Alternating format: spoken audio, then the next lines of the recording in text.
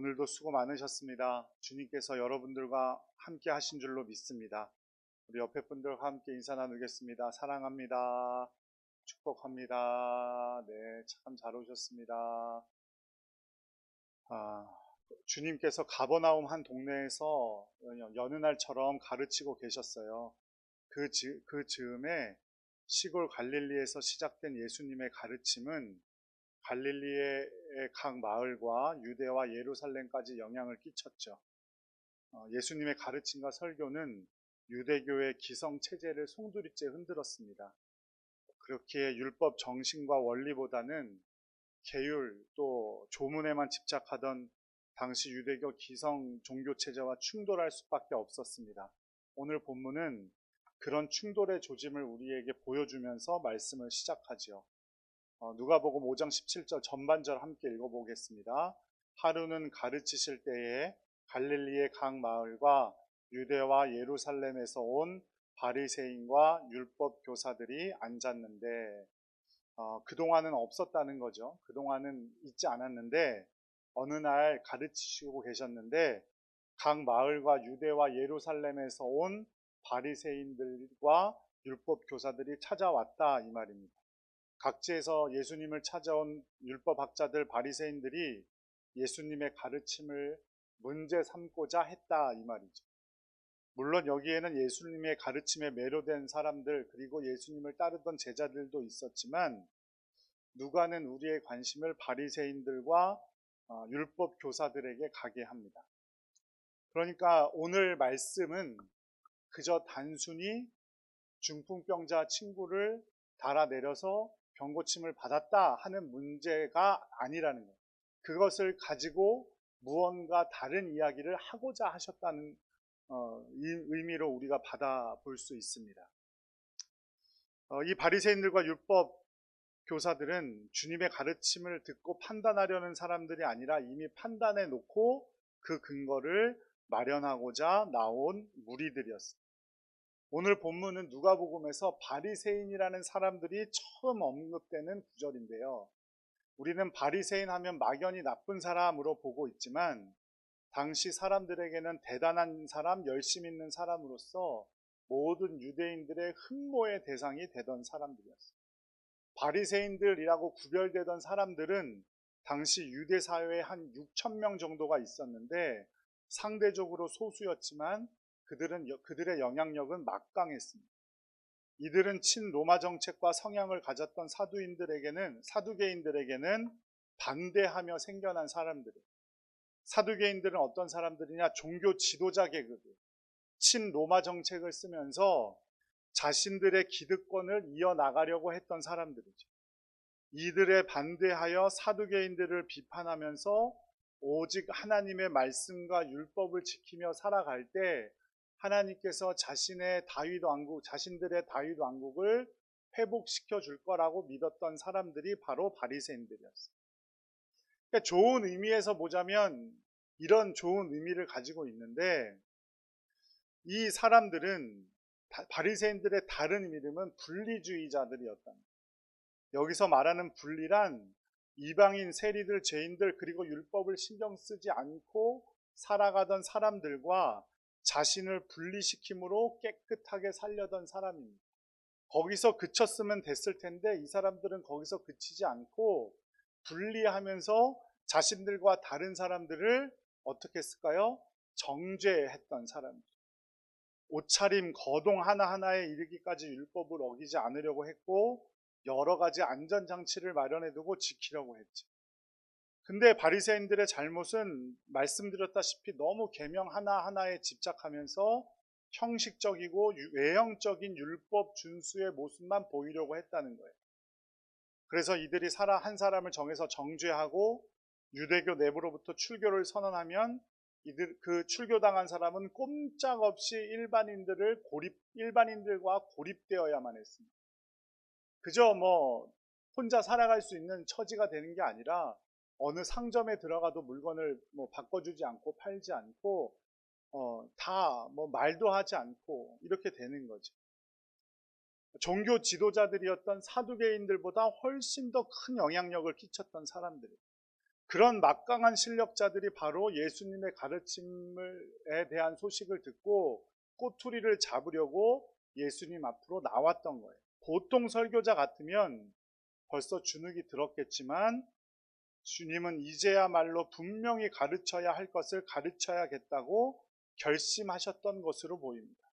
그래서인지 병을 고치는 주의 능력이 예수와 함께 하더라 라고 5장 17절 후반절에는 말씀하고 있습니다. 바리새인들의 마음에는 예수님을 잡아서 어떻게 하려는 분기로 가득했다면 예수님께는 병을 고치는 능력으로 가득해 있었습니다. 예수님에게는 고통 중에 있는 인생을 구원해 주시려는 하나님의 능력으로 가득했습니다. 죽이려는 욕망과 살리고자 하는 능력은 언제나 충돌하기 마련이죠. 두 마음은 근원 자체가 완전히 다르기 때문입니다. 그래서 요한복음 6장 63절에서 예수님 이렇게 말씀하셨습니다. 함께 읽겠습니다. 살리는 것은 영이니 육은 무익하니라. 내가 너희에게 이른 말은 영이요 생명이라. 살리는 것은 영이다. 죽이는 것은 사탄 마귀의 일이고 살리는 것은 예수님의 일이다, 이 말씀입니다. 우리 마음속은 당연하게도 살리는 마음으로 가득해야 할 것입니다.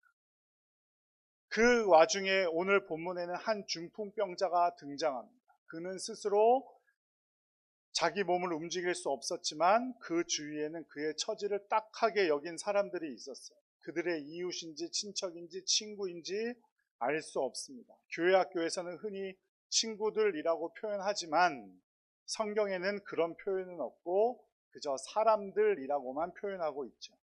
그만큼 이 네 사람들에게는 살리는 마음이 가득했던 것입니다.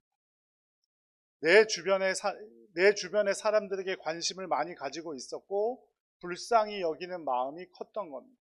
마치 강도를 만난 사람을 도왔던 선한 사마리아인처럼 말입니다. 오늘 본문에 기록되어 있지만 마가복음 2장에 보면 그 사람들이 주님의 소식을 듣고 중풍병자를 들 것에 실어 옮겨왔지만 이미 소문을 듣고 온 사람들이 많아서 들어갈 수가 없었습니다. 그래서 생각해낸 것이 지붕 위로 올라가 침상을 달아내리는 것이죠. 유대인들의 집에는 벽에 붙어서 위로 올라가는 계단이 있었고 지붕은 평평했고 천장은 지푸라기와 지능으로 만들어져 있기 때문에 올라가면 뜯어내기가 수월했을 겁니다. 하지만 그것이 뜯어내기 수월했다고 하더라도 그것을 뜯어내는 일은 보통 일이 아닙니다. 이 사람들은 그 집주인의 지붕을 보상해 줄 준비도 되어 있어야 했죠. 또 힘을 써서 침상을 내려야도 했죠.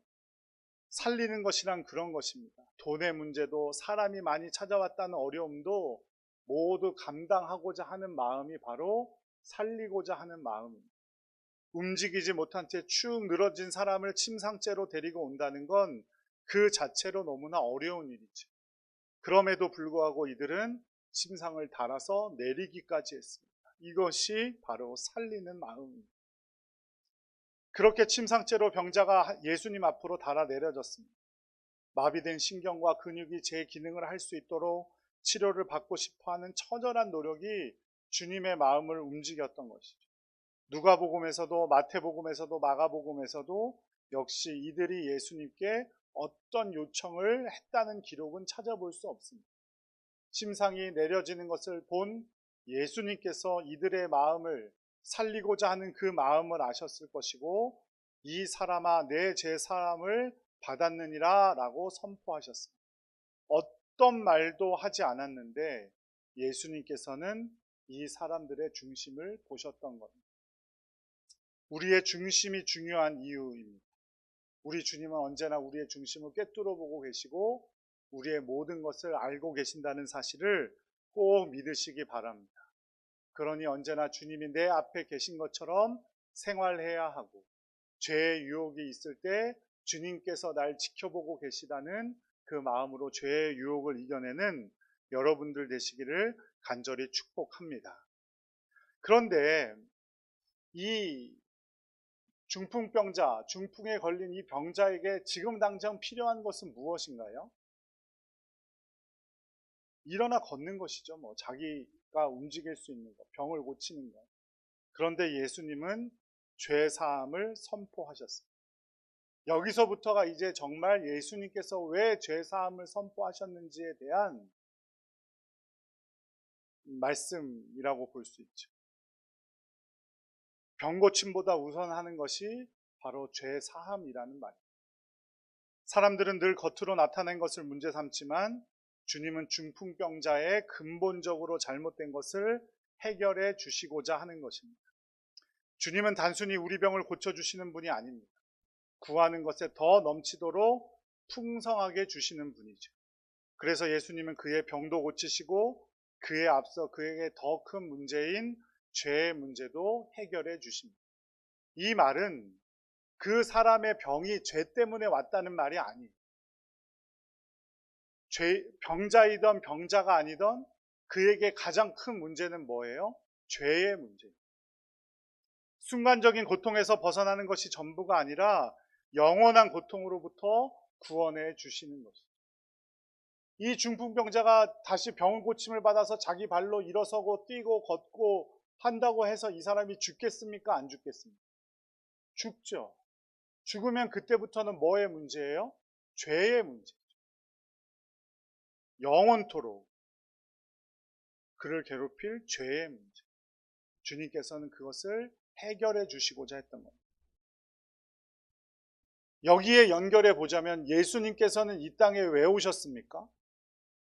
우리의 죄를 용서해 주시기 위해 오셨습니다. 예수님이 온 것이 바로 그 때문이다라는 것을 선언하고 계십니다.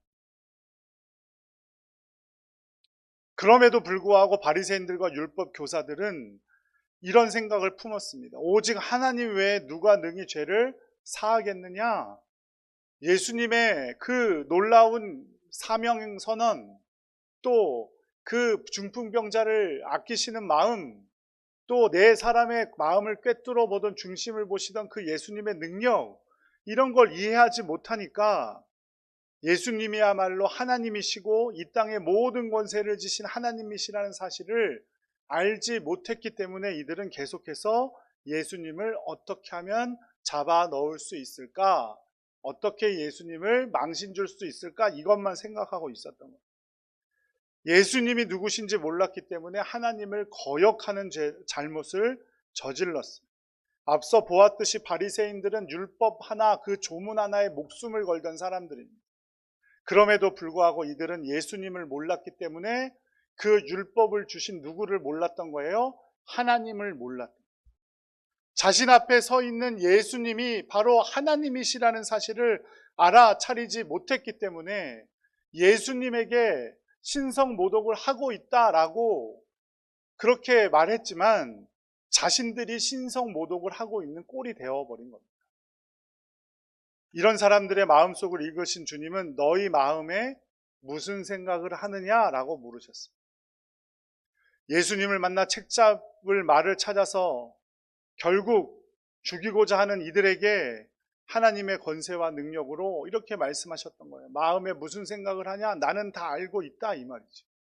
예수님은 정확히 꿰뚫어 보고 계신 겁니다. 그리고 나서 예수님께서는 내 죄사함을 받았느니라 하는 말씀과 일어나 걸어가라 하는 말씀 중에 어느 것이 더 쉬우냐라고 말씀하셨는데, 사실 어느 것이 더 쉬운지는 분간은 잘 되지 않습니다. 얼핏 생각하면 죄사함은 표면적으로 나타나지 않기에 쉬운 듯 보여지죠. 하지만 병을 고치는 건 놀라운 기적임을 보여주는 것이니까 어려운 일처럼 보여지기도 합니다. 하지만 죄사함은 하나님의 권세로만 할 수 있는 일입니다. 거기에 그치지 않고 예수님은 중풍병자의 병도 고쳐주셨죠. 죄의 문제 먼저 해결해 주시고 병을 고쳐주셨다, 이 말. 당시 유대인들은 모든 질병은 죄의 결과라고 보고 있었어요. 그래서 한 랍비는 어떤 병자라도 그 모든 죄가 사하여지기까지는 질병에서 회복될 수 없다고 기록하기까지 했습니다.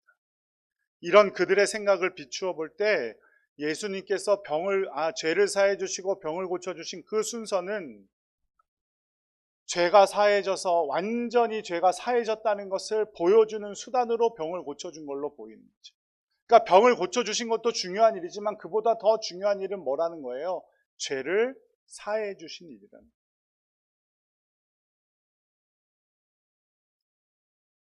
중풍병자가 일어나 자기의 침상을 가지고 가는 장면을 본 사람들이 하나님에게 영광을 돌리고 그의 죄가 사하여진 확실한 증표를 보고 하나님의 영광을 찬송하기 시작했습니다. 이처럼 예수님께서는 당시 유대인들까지 전부 완전히 알아들을 수 있도록 침상을 가지고 가라고 말씀하시면서 영과 육의 완전한 회복을 보여주신다. 그 권세가 누구에게 있다고요? 예수님께 있다. 하나님이신 예수님께 있는 겁니다. 이 사실을 편견 없이 바라보던 일반 사람들은 예수님을 인정하고 그에게 영광을 돌렸습니다. 5장 26절 함께 읽어보겠습니다. 모든 사람이 놀라 하나님께 영광을 돌리며 심히 두려워하여 이르되 오늘 우리가 놀라운 일을 보았다 하니라. 아멘. 오늘 이 본문의 핵심은 병 고침이 아니라 죄 사함입니다. 중풍병자를 고치시는 것을 소재로 삼고 있지만 주님은 병 고침을 소재로 해서 예수님 본인이 이 땅에서 죄를 사하는 권세가 있는 살아계신 하나님임을 보여주고 있고 바리새인과 율법학자들에게 경고하고 있는 겁니다.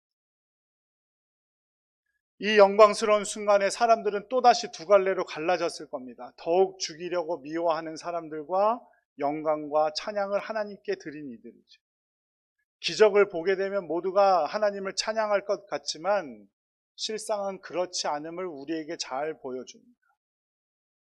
주님을 우리가 살아가는데 불편한 질병과 고통, 장애를 제거하시는 분으로만 생각해서는 안 됩니다.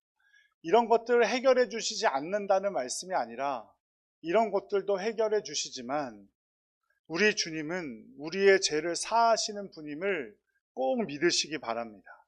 내 불편한 것들을 해결해 주는 그런 분으로만 생각해서는 안 됩니다. 주님은 바리새인들의 시기와 증오를 아시고 자신이 죄를 사하는 권세가 있음을 밝혀주시기 위해 이 중풍병자를 통해 죄도 사해 주시고 병도 고쳐주신 것이죠. 주님은 이 일로 인해 십자가에 달려 죽게 된다는 것을 아시면서도 자신이 단순히 병을 고치기 위해 세상에 오신 것이 아니라 땅에서 죄를 사해 주시기 위해 이 땅에 오셨음을 밝히신 겁니다. 질병도 물론 우리에게 큰 짐이 되죠. 너무나 어려운 일입니다. 하지만 하나님 나라까지는 가지고 갈 수 없습니다. 하나님의 나라에 가면 질병과 눈물과 고통의 문제는 사라진다고 요한계시록에 분명히 기록되어져 있습니다. 하지만 죄로 인한 고통은 이 땅에서 우리에게 어떠한 영향력도 주지 않을 수 있습니다. 죄를 지으면서도 잘 살아가는 사람들, 우상 숭배하면서도 잘 살아가는 사람들 얼마든지 있습니다. 하지만 그들은 영원토록 저주 가운데 있게 될 것입니다. 그렇게 주님은 육신의 질병을 치유해 주시기 위해 우리를 영원토록 괴롭힐 죄의 문제까지도 해결해 주신 것입니다. 그러므로 우리의 죄, 문제 역시 지금 여기서 우리가 먼저 해결받아야 할 것입니다. 인자가 땅에서 들림으로 사자의 복음이 선포되었기 때문에 땅에 사는 모든 사람들은 지금 여기 이 땅에서 죄의 용서를 받아야만 합니다. 죄의 문제를 해결하지 않고서는 하나님의 나라에 들어갈 수 없는 것이죠. 예수님은 스스로 인자라고 부르셨습니다. 자신이 스스로 사람이 되어 사람의 아들로 이 땅에 오신 것은 땅에서 고통당하는 인생들의 죄를 용서해 주기 위해서라는 뜻을 인자라는 말은 모두 포함하고 있는 말입니다.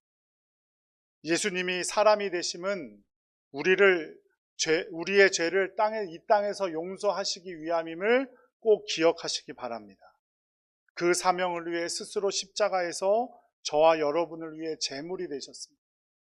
하나님께서 사람의 아들이 되심은 사람의 아들들로 땅에서 죄를 용서받아 영원토록 우리를 하나님의 아들들로 살게 하려 하심이라는 것을 꼭 기억하시기 바랍니다. 사랑하는 여러분, 여러분의 관심은 어디에 있습니까? 세상과 함께 끝나버리는 육신의 고통, 지금 이 땅에서의 어려움을 면하게 되는 것에 전부를 걸고 있습니까? 예수님께서는 그런 문제들도 분명히 해결해 주시지만 더 심각한 문제인 죄를 해결해 주시는 분임을 꼭 기억하고 믿으시기 바랍니다. 그래서 살리는 마음으로 지붕을 뚫고 그 중풍병자를 달아내렸던 그 네 사람들처럼 살리는 마음을 품고 살아가며 자신의 죄의 문제를 하루속히 주님 앞에 용서함 받고 해결함 받는 여러분들 되시기를 간절히 축복합니다. 그 가운데 우리가 주님을 찬양하고 영광 돌리는 일이 더 커질 것이고 주님께서 그 영광을 홀로 받으실 줄로 믿습니다.